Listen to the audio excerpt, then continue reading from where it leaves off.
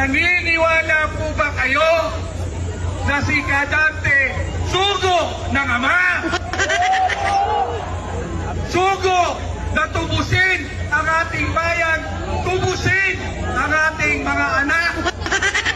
Sir Gutesa, mag-stick ka lang sa binabasa mo. Huwag ka nang nag-a-adlib. Kung ano yung nandito, basahin mo lang. Yes, Your Honor. Gutesa is the most credible witness ever presented in that committee. Why? Bago ibaba ang nasabing basura, ito, Merong napuputol sa binabasa mo eh.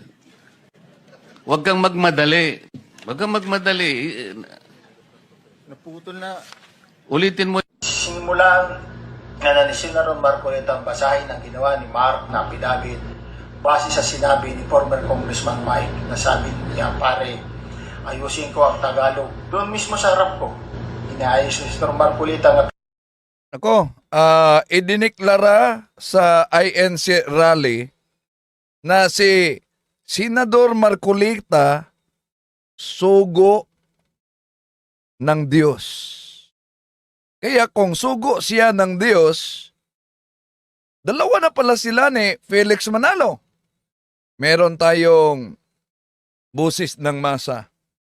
Ang katanungan natin nasa YouTube, naniniwala ba kayo sa sinabing sugo ng Diyos si Senador Rodante Marcoleta? Tatalakayin natin ito.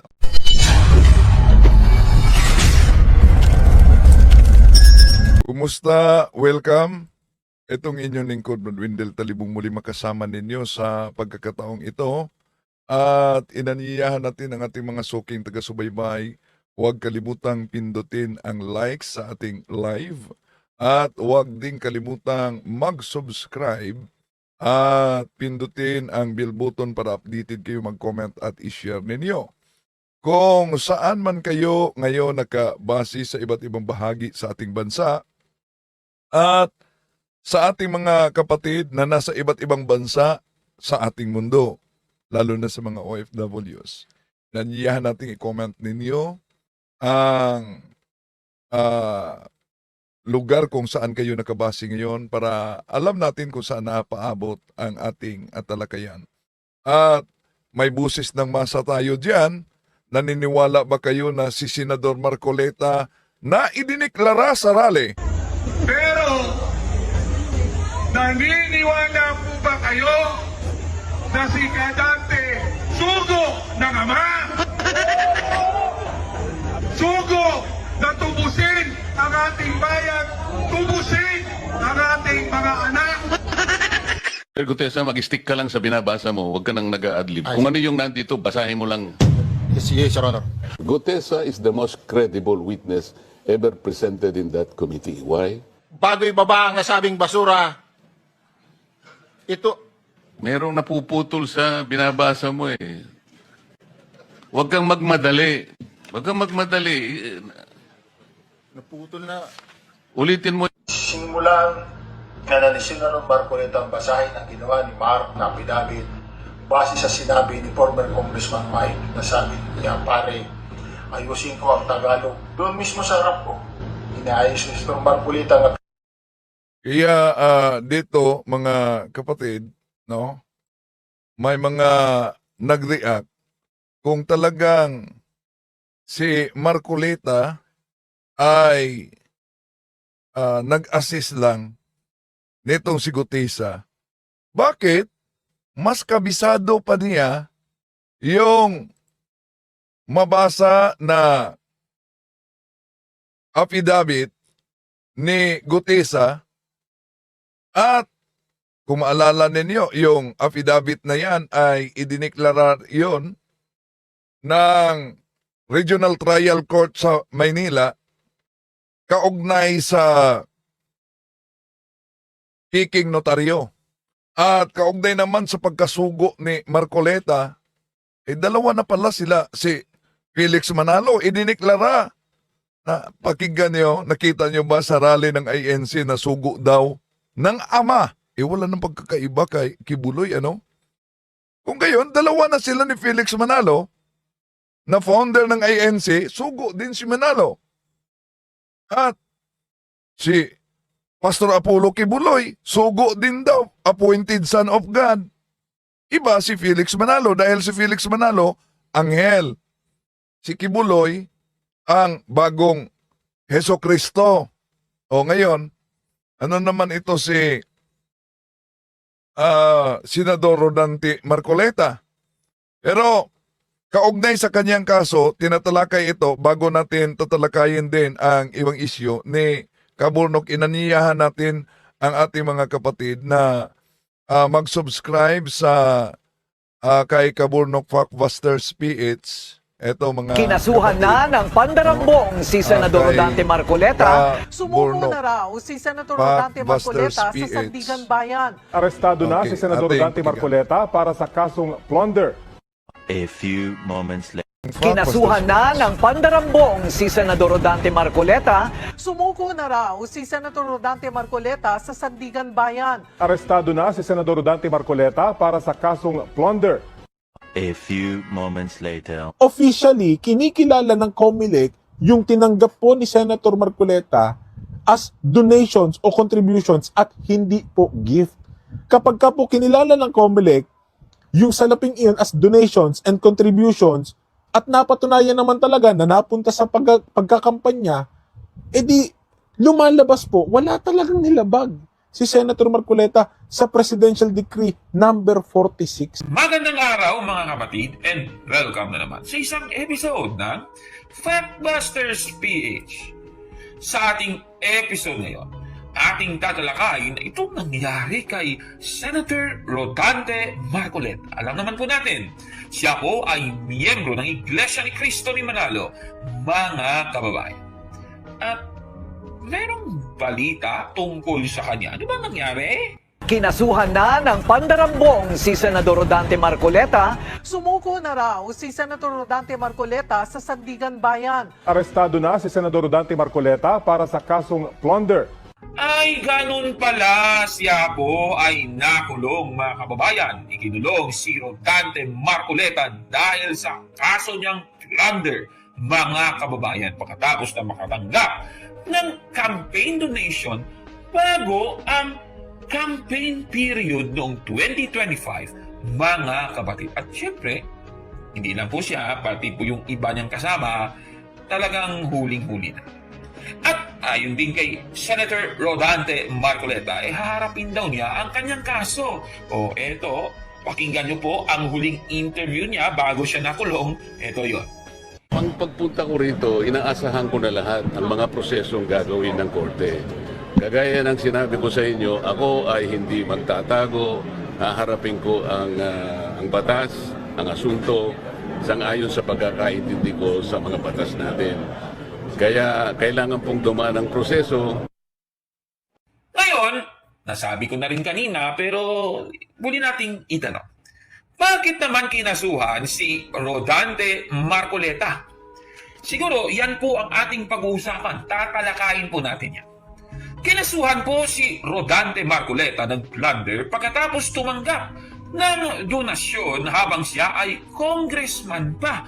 Mga kapatid, kinasuhan po siya ng ombudsman sa Sandigan Bayan. At nakikita niyo po sa screen ang document, itong kaso sa 7th Division ng Ombudsman sa Sandigan Bayan. Nakikita niyo po sa screen.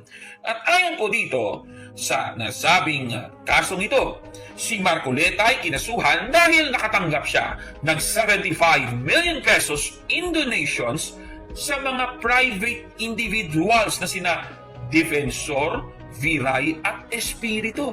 At ito po ay nangyari bago ang official campaign period.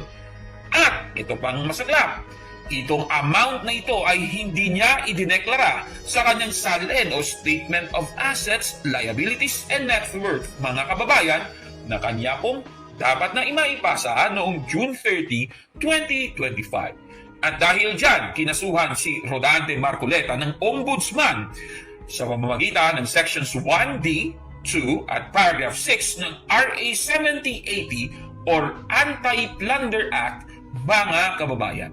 At ayon din nito, additionally daw, si Senator Rodante Marcoleta ay humaharap ngayon sa kaso 3 counts of indirect bribery sa pagtanggap niya ng regalo, yan ang sinasabi, gifts, sa mga private individuals na konektado sa kaniyang posisyon bilang congressman, mga kababayan. Ang masaklap dito, umamin po mismo galing sa bibig ni Senator Rodante Marcoleta, umamin siya na may tinanggap siyang pera mula sa kanyang mga kaibigan. Grabe naman talaga. Eto, panoorin na nga natin. Nelson, alam mo, mga kaibigan ko, nagbigay sa akin talaga. Alam mo, pakiusap lang nila. Isa lang. Tanggapin mo ang tulong namin sa'yo. Okay. Congressman ako noon Kong, kami po ay naniniwala na karapat dapat kang makarating sa Senado. Tanggapin mo ang halagang to. Marami sila. Isa lang ang kanilang pakiusap sa akin. Ano po yun? Sana wag mo na kaming i-disclose ang identity. Sa napakaraming mga reasons. Maaring halimbawa, yung kumpanya niya ay baka makita ng administrasyon. Tinulungan mo si baka ipitin. O kaya naman nagtatrabaho sa gobyerno, may mataas na katungkulan. Kasi may mga kaibigan naman ako talaga. Pero pwede ba yun, Sen? Na hindi mo i-disclose? Kaya nga, pakinggan mo muna Okay, ako. sige. Nililay down ko yung predicate okay. Di ba? Excited ka talaga Excited ako kasi nakapuntos na Okay, ito lang ang kanilang pakiusap. Kasi nga kailangan igalang mo yung kanilang pakiusap. Tinulungan ka Nagtiwala sa iyo. Gusto kanilang manalo. Karapat dapat ka sa Senado. Okay. Ang pakiusap ko lang, halos ganun na sarili. Huwag mo nang disclose ang identity ko. Okay. Okay. Pero talagang tinulungan nila ako. Iba't ibang mga kaparaanan, iba-ibang ganito, iba-ibang halaga, ibang ganyan.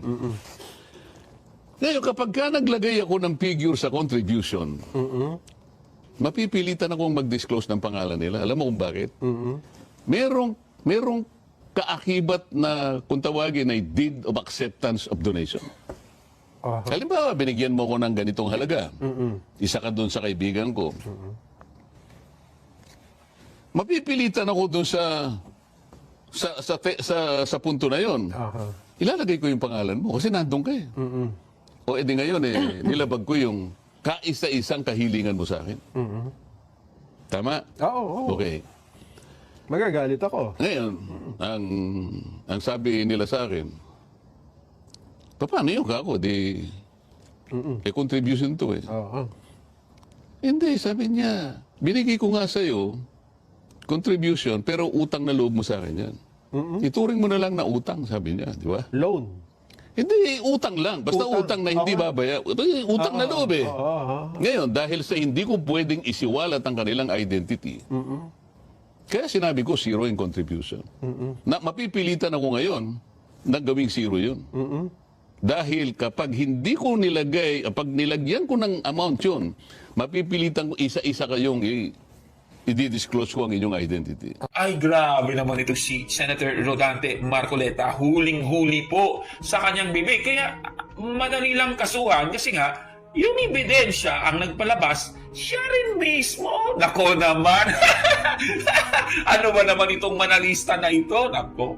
Mula po sa kanyang mga pag-amin ito sa kanyang bibig po nang galing ito. Siguro isa-isahin natin at titingnan natin. Sige.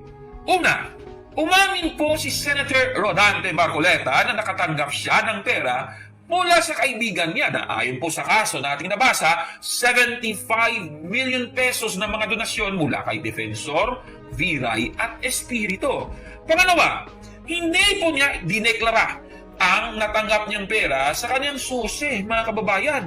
At dahil nga dyan ay kinasuhan po siya sa COMELEC para i-disqualify. Ayon naman po sa inilabas na minutes ng executive session noong March 18, 2026. Nakikita niyo po sa screen ang rekomendasyon ng mga taga-COMELEC. Ayon dito ay tineterminate po nila ang investigasyon. Kasi nga, itong pagbibigay ng regalo, nangyari nga bago pa man ang official campaign period, mga kababayan. Kaya pinawalang sala po si Senator Rodante Marcoleta ng COMELEC, mga kababayan. Pero ang masakla doon, yung pera kasi natanggap bago pa ang official campaign period. Ang pera ay natanggap bago pa ang campaign period. Kaya napawalang sala siya ng COMELEC, mga kababayan. Baka magtatanong kayo, kailan ba yung official campaign period? Ayon po sa COMELEC Resolution number 10999, nakikita nyo sa screen, ang campaign period po ay noong February 11, 2025 hanggang May 10, 2025, mga kababayan.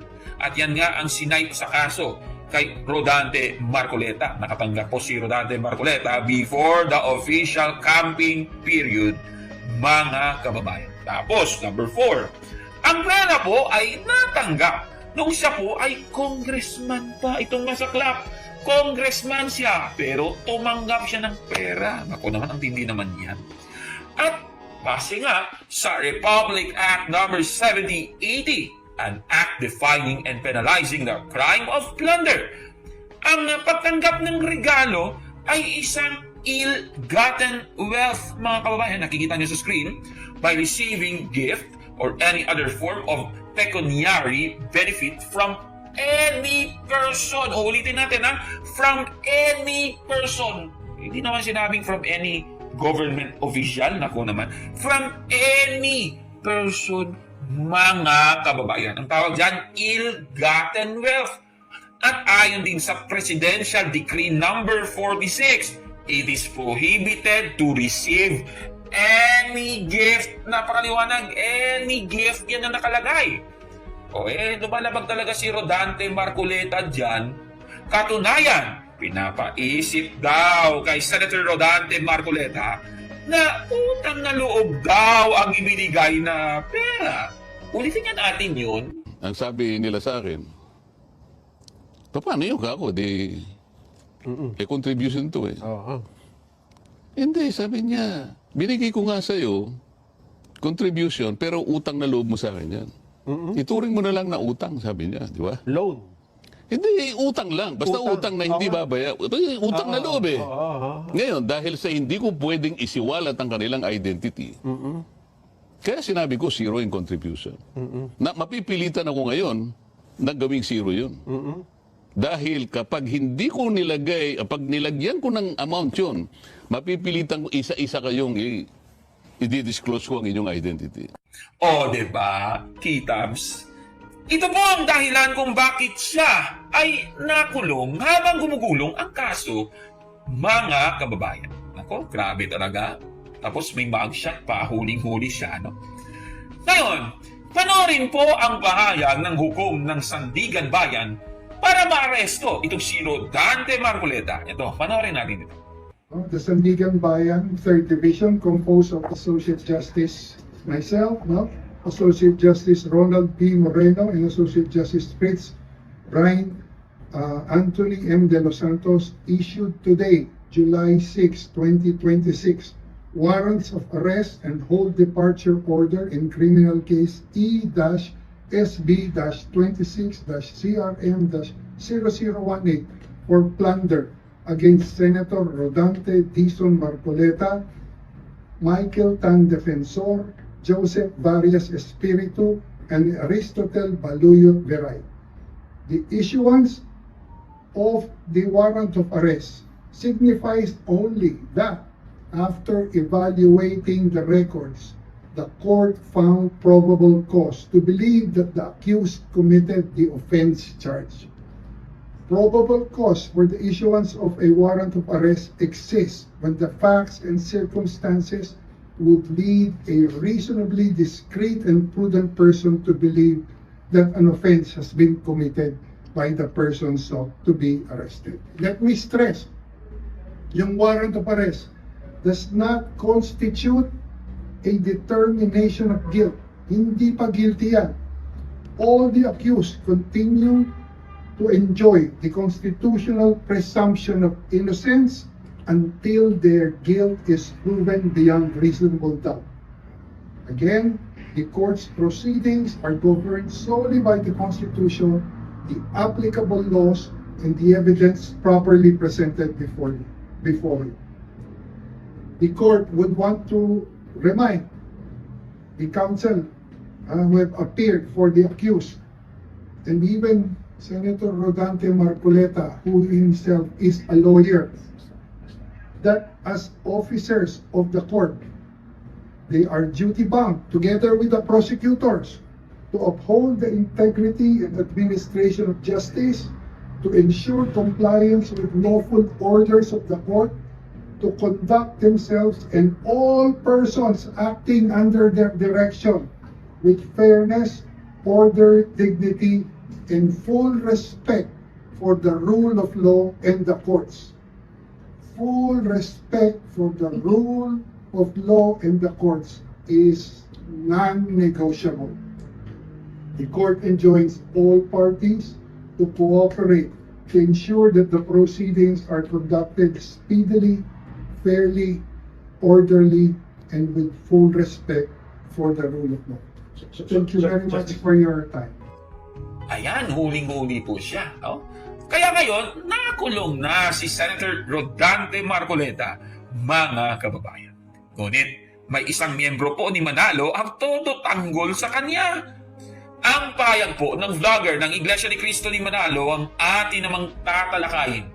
Itong si Tinig ng Karunungan, ano? Grabe, hindi ko manira sa Iglesia Katolika, natalakay na natin noon yan.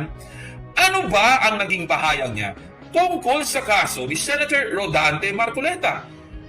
Una, may post po siya sa kanyang page, Tinig ng Karunungan. Ang sabi niya, uulitin namin. O sabi niya to magkaiba ang regalo sa donasyon.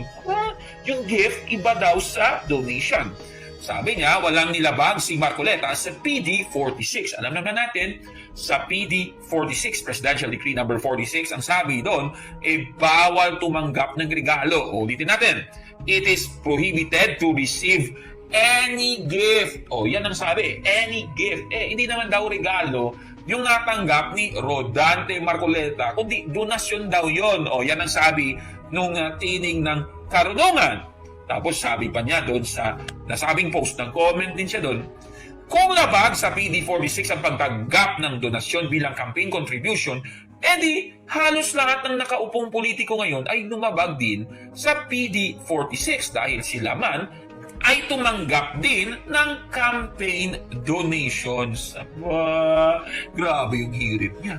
Katunayan nga meron nga siyang video tungkol dito. Eto, panoorin natin Ito po yung may kaugnayan sa kinahaharap niyang kaso, partikular na yung Presidential Decree number 46 na umano'y lumabag daw po dito ang butihing senador dahil itong Presidential Decree number 46 po ay nagbabawal sa isang opisyal na tumanggap ng regalo. A few moments later. Sa reklamong inihain po sa COMELEC, di ba ang ginamit po doon na termino ay campaign donations, campaign contributions?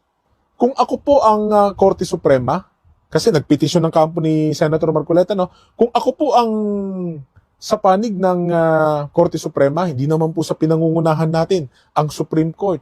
Baka lang po merong nakikinig sa atin na baka pwedeng mai-send ninyo sa kung sino man dyan sa Korte Suprema itong video na ito at baka mapuntusan po ninyo. Pero hindi po namin kayo pinangungunahan, ano? Baka lang po, may ideya po kayo, no? Ito po yung gusto namin ipunto. Nung nagsampa ng reklamo ang ilang individual o grupo kay Senator Marcoleta dyan sa COMELEC, ang termino na pong ginamit ay campaign donations, campaign contributions. Nung inaksyonan po yan ng COMELEC, nag-imbestiga ang COMELEC po ay sumasang-ayon na yung tinanggap ni Marcoleta ay campaign contributions, campaign donations. Sa makatuwid, hindi po gift. Officially, kinikilala ng COMELEC yung tinanggap po ni Senator Marcoleta as donations o contributions at hindi po gift. Kapag ka po kinilala ng COMELEC yung salaping iyon as donations and contributions at napatunayan naman talaga na napunta sa pagkakampanya, edi lumalabas po, wala talagang nilabag si Senator Marcoleta sa Presidential Decree number 46.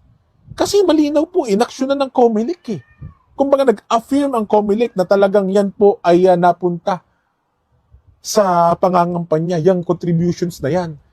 ang nangyari lang ho talaga, hindi ho nailagay sa SOSE. Bakit hindi nga nailagay sa SOSE? Kasi nga natanggap ni Marcoleta yon, wala pang kampanya. Bakit hindi ho nilagay sa SALN? Kasi ho, yun ang nagpapatunay na yung tinanggap ni Marcoleta, hindi para sa sarili niyang bulsa, kundi merong pinaglalaanan yun to support his campaign. Di po ba? Kasi kung hindi nagastos si Marcoleta sa kampanya yung pera, dun pa lang papasok yung obligasyon ni Marcoleta na ilagay yun sa SALN.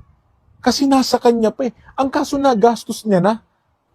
Nagastos niya na yung pera dun sa kampanya at hindi para sa sarili niyang bulsa o sa sarili niyang luho. Sa makatuwid, nang mag-imbestiga ang COMELEC, pinagtibay na nila na talagang yung tinanggap ni Marcoleta, yun po ay donations, contributions, at hindi po regalo, hindi po gift. Kaya, pinagtitibay lang ng COMELEC at ng kanilang desisyon sa pag-absuelto kay Marcoleta na hindi po lumalabag si Marcoleta, hindi siya nag-violate sa Presidential Decree number 46. Sana ho, yan po ang magamit. Yang puntos na yan ay magamit ng ating Korte Suprema para talagang madismiss, maibasura yung naging resolution po ng Office of the Ombudsman. Ayan, so napanood po ninyo si Mr. Tinig ng Karunungan. O, tingnan natin kung totoo nga, may karunungan nga siya. O, sige. Ayan po sa kanya. Hindi po lumabag sa PD46 si Senator Rodante Marcoleta dahil hindi naman regalo o gift, kundi campaign donation di umano ang kaniyang natanggap. Tanong, totoo ba ang kaniyang pahayag na ito? Sige nga, suriin nga natin. Isang legal argument ang pinapasukan ng miyembro ni Manalo para suportahan si Senator Rodante Marcoleta. Kaya ang tanong, mga kapatid, tama ba ang argument ni Mr. Tinig ng Karunungan na hindi daw gift dahil donation lamang itong natanggap ni Senator Rodante Marcoleta, kaya hindi siya pwedeng kasuhan ng plunder? Ang natanggap ba ni Senator Rodante Marcoleta na 75 billion pesos na campaign donation, regalo ba ito o hindi? Susuriin natin yan, mga kababayan. Siguro ang gagawin natin, parang abogado ako nito, tingnan natin yung jurisprudence sa batas. Sige, ito po ang sinasabi sa GR number 120721, Abelio versus Commissioner of BIR or Internal Revenue. Dito po ay meron pong sinasabi na political contributions in the Philippines are considered taxable gift. Ulitin natin. Political contributions in the Philippines are considered taxable gift rather than taxable income. Napakaliwanag. Sino bang nagsabi niyan? Ang BIR ayon po sa ruling number 344 noong July 20, 1988. Mga kababayan, napakaliwanag. Ibig sabihin mula po sa jurisprudence, isang legal jurisprudence. Ulitin natin, Abelio versus Commissioner of Internal Revenue. Ang natanggap ni Senator Rodante Marcoleta na 75 billion pesos na campaign donation ay isang regalo. Ulitin natin, regalo po yan, mga kababayan. Kahit sa Webster kahit hindi ka pa nga abogado tingnan mo lang, kahit sa Merriam-Webster tingnan natin yung salitang donation. Ano ba yung salitang donation? A free contribution gift. Napakaliwanag, regalo. Nako, palpak pala itong si Tinig ng Karunungan. Nako, talagang may karunungan ba talaga ito o nagpapanggap lang? Nako, grabe talaga. Ang tinig niya palpak. Kaya, busted! Yan! Mali! Tapos yung pahayag niya na Nung nagsampa ng reklamo ang ilang individual o grupo kay Senator Marcoleta dyan sa COMELEC, ang termino na pong ginamit ay campaign donations, campaign contributions. Nung inaksyonan po yan ng COMELEC, nag-imbestiga ang COMELEC po ay sumasang-ayon na yung tinanggap ni Marcoleta ay campaign contributions, campaign donations. Sa makatuwid, hindi po gift. Officially, kinikilala ng COMELEC yung tinanggap po ni Senator Marcoleta as donations o contributions at hindi po gift. Kapag ka po kinilala ng COMELEC yung salaping iyon as donations and contributions at napatunayan naman talaga na napunta sa pagkakampanya, edi lumalabas po, wala talagang nilabag si Senator Marcoleta sa Presidential Decree number 46. Ang masabi ko, busted yan, palpak din yan. Ako naman, kawawa naman. Kaya, sabi nga ng kawikaan, 14:18, makikita ang kamangmangan sa taong walang alam. Mga kababayan, huling-huli, piruin mo yung donation, hindi daw yun gift. Ano ba namang klaseng argument yan? Ako naman, kawawa. Mga kababayan, fake news yung sinasabi niya, palpak po yan. Ano pong isasabi ninyo sa ating episode ngayon? Comment down below, mga kapatid. At kung like mo ang video na ito, paki-smash na ang like button at mag-subscribe sa ating YouTube channel, Factbusters PH. Huwag maniwala sa sabi-sabi. Check mo na kung fact nga talaga. Hanggang sa susunod na episode, ako po si Caborno. At ito ang Factbusters. Kaya huwag niyo po siyang gayahin, ha? Hindi po yan totoo. Yung kanyang mga sinasabi, kapalpakan po yan. Mga kapatid, magandang araw po. At kapayapaan ay maghari sa ating isipan at sa ating puso. At follow and subscribe, Factbuster PH, The Beloved Catholic sa Facebook page ni Cabornok. At abangan nyo si Cabornok, no?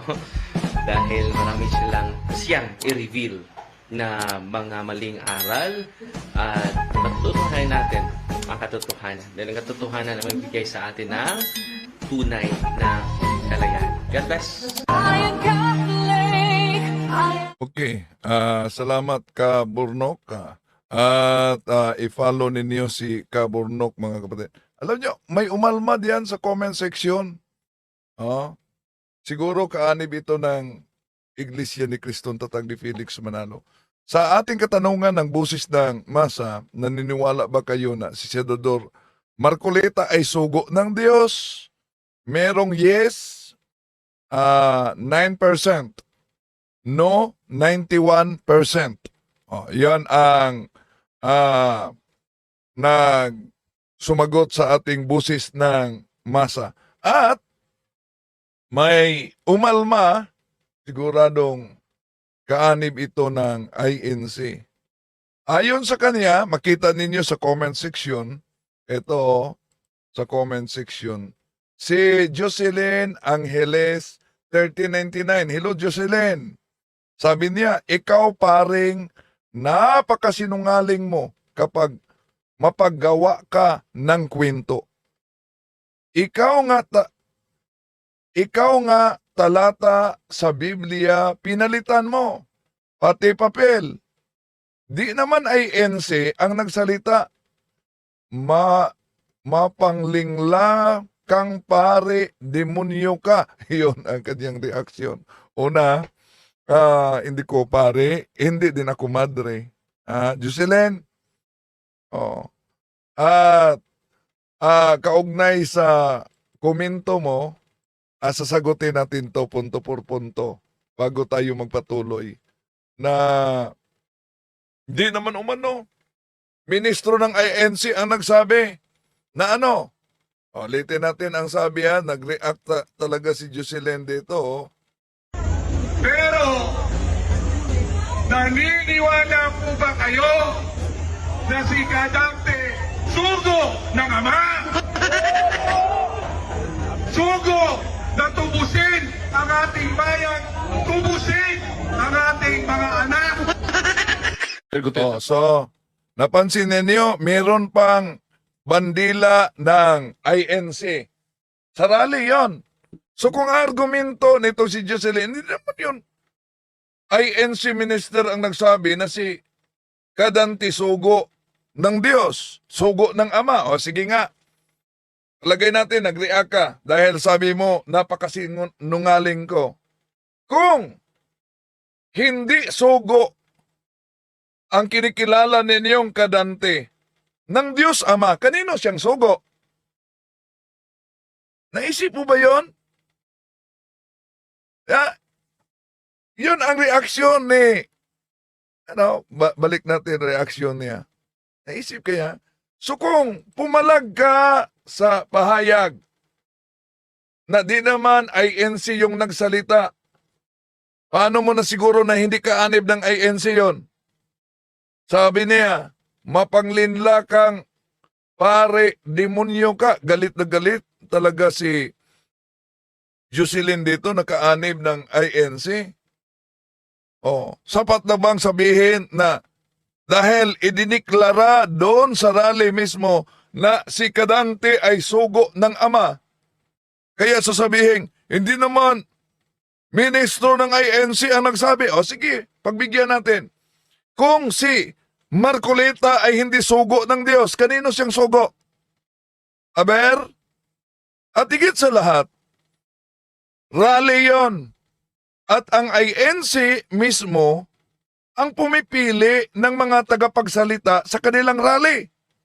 Kaya kapag may pahayag na ginawa sa entablado ng isang opisyal na pagtitipon ng Iglesia ni Kristong Tatag ni Felix Manalo, makatuwiran itanong, kung ito ba'y naaayon sa panindigan ng sikta na itinatag ni Felix Manalo? Kung mali ang sigaw, kung mali ang deklarasyon ng publiko na etong si Kadante umano, ano daw si Kadante? Napakalinaw naman. Balik natin.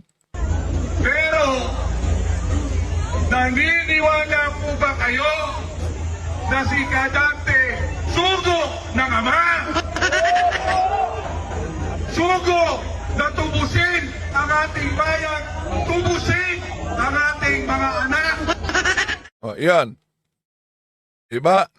Malinaw, napakinggan ninyo mismo ang deklarasyon na yan. Kaani ba siya sa Iglesia ni Cristo? Hindi. Kung mali, yung sigaw o deklarasyon niya sa publiko, sa rally na yan, na si Kadante ay sugo ng Ama, bakit walang agarang pagtuwid mula sa INC? Dahil kung itinuwid, hindi naman siya sugo ng Ama, kanino siyang sugo? Simple lang ang tanong. Narinig ba ninyo ang deklarasyon sa INC rally na idiniklarar na si Marcoleta ay sugo ng Ama? At kung mali iyon, may opisyal bang pagtutuwid ang Iglesia ni Cristo? Hindi sapat sabihin, hindi naman ministro yung nagsabi. Ang mas mahalagang tanong, bakit ito nangyari sa isang rally na inorganisa at kinatawa ng Iglesia ni Kristong Tatag ni Felix Manalo? At bakit walang pagtutuwid kung taliwas ito sa kanilang paniniwala, kung taliwas ito sa kanilang panindigan? At kung totoo ang sinabing hindi, yung komento, hindi totoong sugo siya ng Ama. Pero, naniniwala po ba kayo na si Kadante sugo ng Ama? Kung hindi totoong sugo siya ng Ama, kaninong sugo siya? At ito pa, sabi niya, na ikaw nga talata sa Biblia, pinalitan mo pati papel. So, naniniwala ka sa natural, kaanib ka sa INC, pero yun na lang ang palusot ng mga ministro ni Felix Manalo. Pinalitan. Bakit? Yun kasi ang kagagawan nila. Bakit sinabi natin kagagawan? Tingnan yung mga ngaral ninyo. Galit na galit. Bakit? These are deceptively altered. Sandali. Si Marcoleta yon. Tingnan natin yung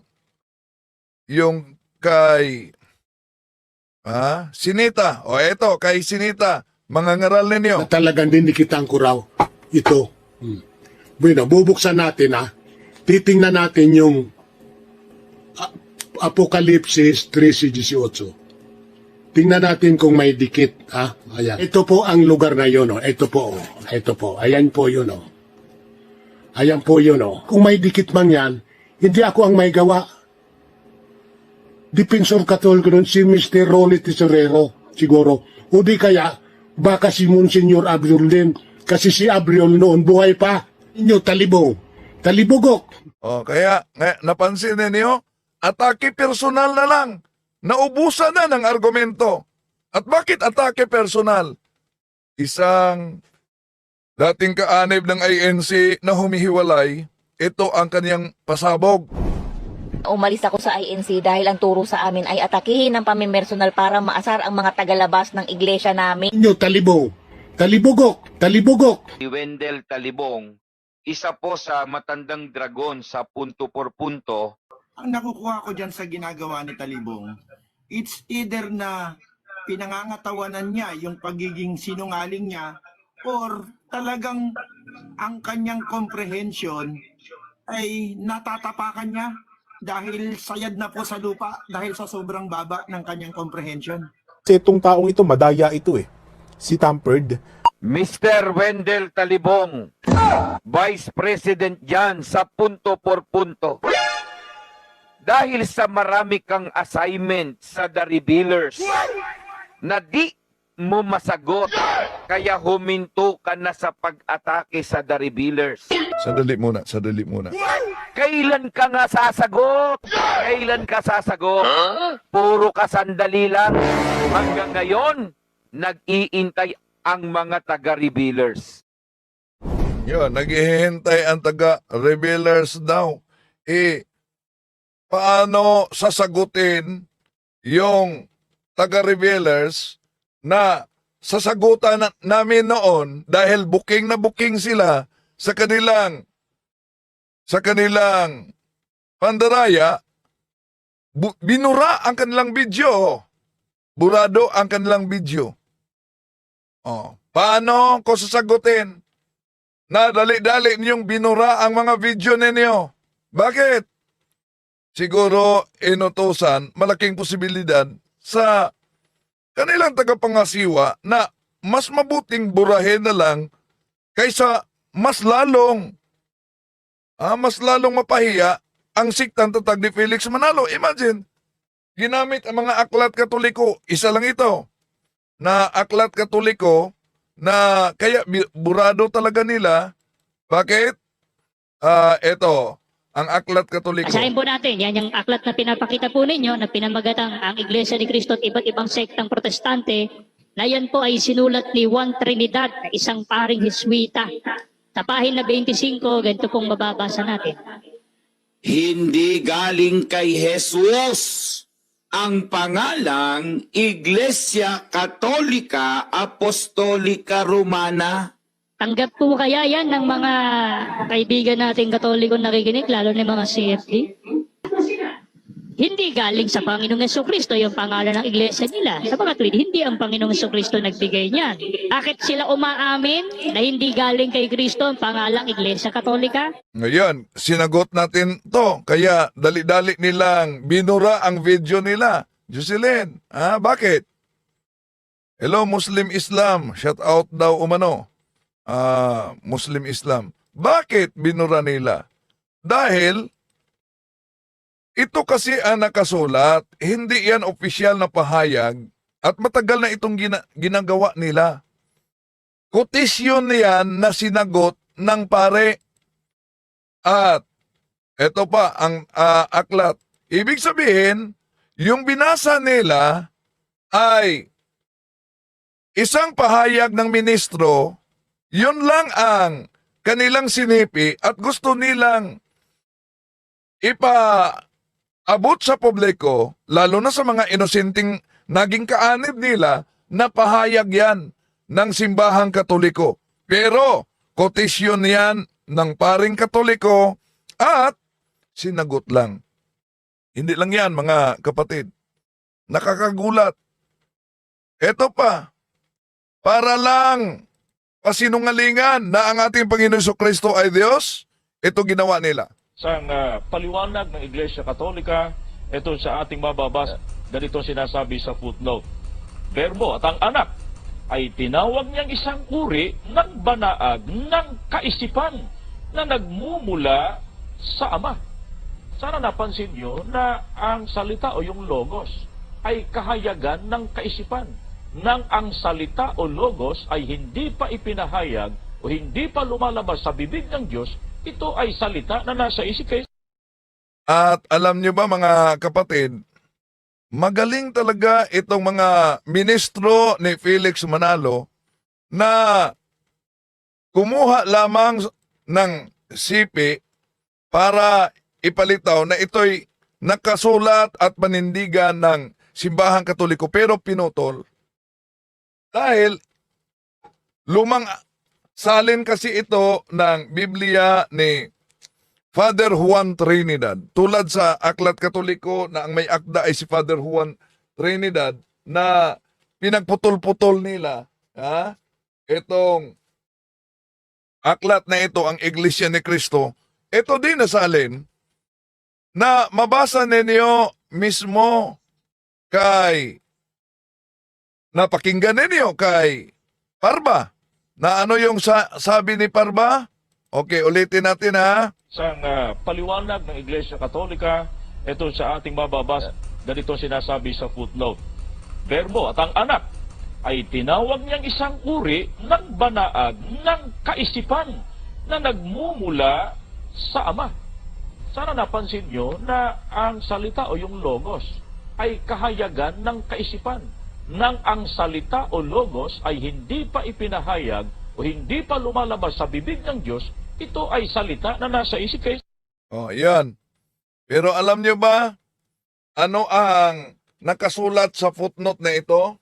Kaya kung ang pahayag nitong si Jocelyn ay isang pandaraya ay hindi sa Diyos, alam niyo ba, itong ginawa ng mga ministro ninyo? Ito, sa footnote lang ng Juan 1:1, Juan 1:14, ito pakita natin mga kapatid. Oh. So, yung ginamit ni Parba, yung kulay yellow, at ang anak ay tinatawag niyang isang uri ng banaag na kaisipan na nagmumula sa Ama. May iniwasan sila yung kulay puti. Simulan muna natin sa itaas bago yung sipi nila. Tingnan niyo. Ginamit ni San Juan ang pananalitang berbo upang ipakilala niya ang walang hanggang pagkadiyos ni Jesus. Si San Juan lamang ang gumagamit ng pananalitang ito at ito ang ginamit nila. At mabasa natin kahit sa mga Pasugo Magasin. At ang anak ay tinatawag niyang isang uri na banaag ng kaisipan na nagmumula sa Ama. Kaninong payag yan? Santo Tomas de Aquinas. Pero may karugtong pa na iniwasan nila. Taglay ni Jesus ang bathalang kalikasan, subalit siya'y iba kaysa Ama. O, napansin ninyo mga kapatid? Yung ganyang ori na pagputol-putol sa mga aklat Katoliko. Di ba yan pandaraya? Ito pa. Ang kabanal-banalang isang tatlo. Ang aral ng mga ang Diyos ng mga Kristiyano. Ginagamit din ito ng mga ministro para pasinungalingan na ang ating Panginoon Kristo ay Diyos. At sa isa pang aklat na pinamagatang ang kabanal-banalang isang tatlo, ang Diyos ng mga Kristiyano, sa pahina 32 ay ganito rin ang ating mababasa. Kaya't hindi maaaring sabihin na tinatawag ng Diyos si Jesus noong mga kauna-unahang araw ng Kristyanismo, batay sa mga aklat na binasa natin, na sa kaisipan ng mga unang Kristiyano ay walang doktrina ukol sa pagkadiyos ni Kristo. O yan. Pero misleading. Bakit? Ang nakasulat kasi, ito ang iniwasan sa mga ngaral ni Felix Manalo. Napansin niyo ba? Napaka-misleading. sa ginawa nila.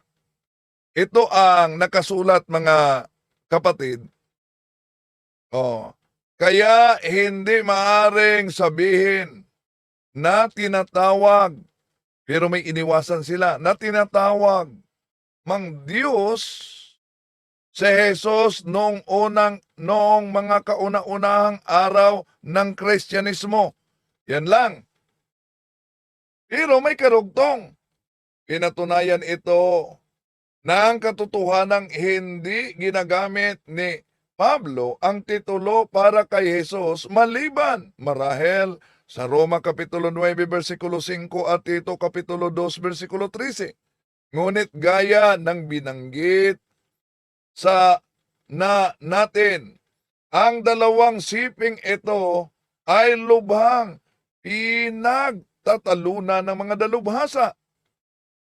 Ang mga sinulat ni Juan at ng kanyang mga kasamahan ay nagbibigay ng halimbawa ng paggamit ng titulong Diyos para kay Jesus. Gayunman, alam din natin na ang mga manunulat na ito ay nagmula lamang noong mga taong 90 AD. Kung itatakda natin ang panahon ng bagong tipan, buwat sa taong 30 AD hanggang sa taong 120 AD, malinaw na ang pagtawag kay Jesus bilang Diyos ay bahagi na sa ikalawang kalahati ng mga taong ito. Yon. Yon ang mabasa natin, mga kapatid, na pinagputol-putol. Kaya dahil sila'y nabulabog na sa kanilang ginagawa, ano ang kanilang taktika? Balikan natin, ha? Umalis ako sa INC dahil ang turo sa amin ay atakihin ng pamimersonal para maasar ang mga tagalabas ng iglesia namin. Inyo talibo. Talibugok. Yan ang layunin nila, pang-asar lang. Bakit pang-asar? Dahil sila'y nabisto na. Huwag kayong magalit. Gamitin ninyo ito bilang instrumento sa paghanap ng katotohanan. Kaya sa nagalit na si Jocelyn, na ayon kay Jocelyn, nagkomento siya. Sabi niya na sa demonyo daw umano ako dahil hindi naman umano ang ministro ni Felix Manalo o INC ang nagsalita diyan. Nasubukan mo bang itanong kung mali yung deklarasyon na sugo si Kadante sa ama?